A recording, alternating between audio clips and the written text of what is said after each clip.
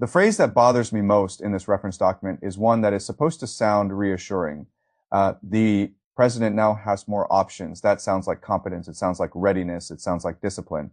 But in a confrontation like this, it can also mean something much darker. It can mean that the war is getting more complicated, more escalatory, and harder to control. So the political class is reaching for a calm managerial phrase to hide how dangerous the next phase may actually be. That is the core of what I think this source accidentally reveals. On television, the segment is framed the way many war segments are framed. More troops arrive. Tensions are boiling. The Tripoli is in the region. The 82nd Airborne is moving. A possible ground component is mentioned but not fully embraced. The correspondent says none of this necessarily means a ground operation is about to begin. It just means the president has more options at his disposal. Then retired and sitting military political voices reinforce the same mood. More flexibility, more responses available. More ways to secure access, especially around the Strait of Hormuz. It all sounds measured. But if you slow down and read what is actually being described, the calmness starts to look like a mask. Fei file a site, Fei turn 25 file 0 Fei, because wars do not only widen when presidents announce widening, they also widen through language that makes widening sound prudent. That is what I mean by escalation being sold as optionality. A Marine deployment is not presented as a step closer to a more dangerous phase. It is presented as another option. Airborne forces are not described as infrastructure for deeper involvement. They are described as flexibility. Talk of controlling small islands and access through Hormuz is not described as the military furniture of a bigger conflict. It is described as practical preparedness. That is how a public gets taught to hear intensification as responsibility. And that is exactly why the phrase matters. The source document preserves this pattern very clearly.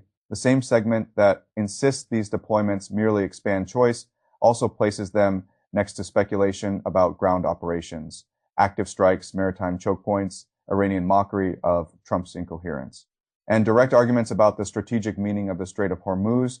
That is not a stable environment. It is a theater of growing friction, but more options converts that friction into something that sounds almost bureaucratic.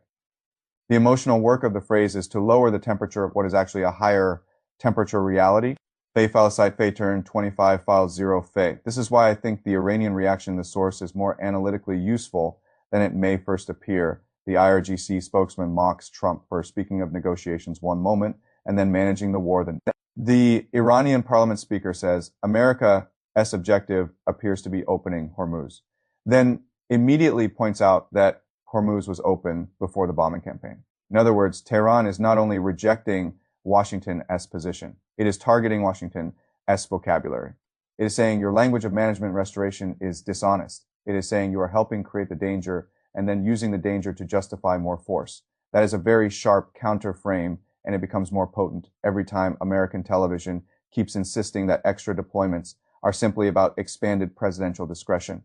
Fei file site Fei turn 25 file 0 Fei, the Crawford interview, shows the same mechanism from the American side. He praises Trump's backbone, says previous presidents failed to finish the job, argues that strikes demonstrate precision and leadership, and warns Iran that things will not end well for them if they continue on this course. That is the rhetoric of strong resolve. But what gives the rhetoric away is the need to keep pairing it with more force packages and more options.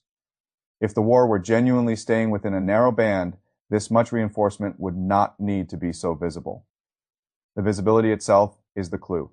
More visible options often mean a leadership class is trying to prepare the field for outcomes. It still hopes not to name directly. Fei file site Fei turn 25, file 0 Fei, that is the hidden escalation logic inside the source. Every new deployment is wrapped in the language of prudence. Every threshold, adjacent move is narrated as flexibility. Every deepening of the map is softened by phrases that imply reversibility. But history does not always treat options as reversible. Sometimes options become the architecture of the next phase. That is especially true when the options accumulate around a choke point like Hormuz. Hormuz is not just a military problem, it is a global systems problem. Shipping insurance, energy pricing, alliance credibility, naval exposure. Once a war presses seriously against Hormuz, the consequences stop being local in any meaningful sense. Yet the segment keeps trying to absorb this into the language of calm readiness. That is what makes it revealing. It demonstrates how political and media systems package extremely dangerous developments in a grammar meant to preserve domestic composure. Fei file site Fei turn 25 file 0 Fei. This is why I think the most important issue in the source is not whether the threat to Iran is justified. The most important issue is whether more options has become a euphemism for a war that is inching towards something larger, a euphemism for the shrinking distance between deterrence and action, a euphemism for a political class that wants to prepare the public without ever having to admit clearly what it may be preparing them for. That is how democratic escalation often works, not through one spectacular declaration, through a series of calm phrases that make every additional military movement sound sensible on its own. Then later, when the conflict is undeniably bigger, leaders say the public was always informed, but the public was not informed, it was managed. And the source document, almost against its own intentions, shows that management process in real time. The phrase more options is supposed to generate confidence in the commander-in-chief. Yet, if you listen carefully, it also communicates something else, that the earlier menu was no longer enough, that the old frame was becoming too small, that the war now requires a larger box of possible actions because the environment itself has become more unstable. That is not necessarily evidence of strategic success. Sometimes it is evidence that events are pulling decision makers toward a zone where every choice carries more downside than before. And this is where Tehran's mockery becomes politically useful. It breaks the soothing rhythm. It forces the question Washington does not want centered. If all these deployments are merely optional, why does the atmosphere feel so much more dangerous? Why is a ground scenario being discussed at all? Why is the Strait of Hormuz now at the center of live military commentary? Why does a war supposedly being managed with strength require so much additional visible force to remain under control? Those are the questions that option language is designed to defer, but deferral is not the same thing as resolution. That is why the line, "This is not going to end well for you," is actually more unstable than it sounds. As spoken by the American side, it is meant as a confident message to Iran, but once you read the whole segment structurally, the sentence begins to drift. It no longer sounds like a one-way warning. It starts sounding like a description of the danger facing anyone who keeps pretending that added force packages around Hormuz are merely evidence of calm flexibility rather than possible preparation for a much bigger and harder war. That is the most valuable core judgment I think this reference document preserves.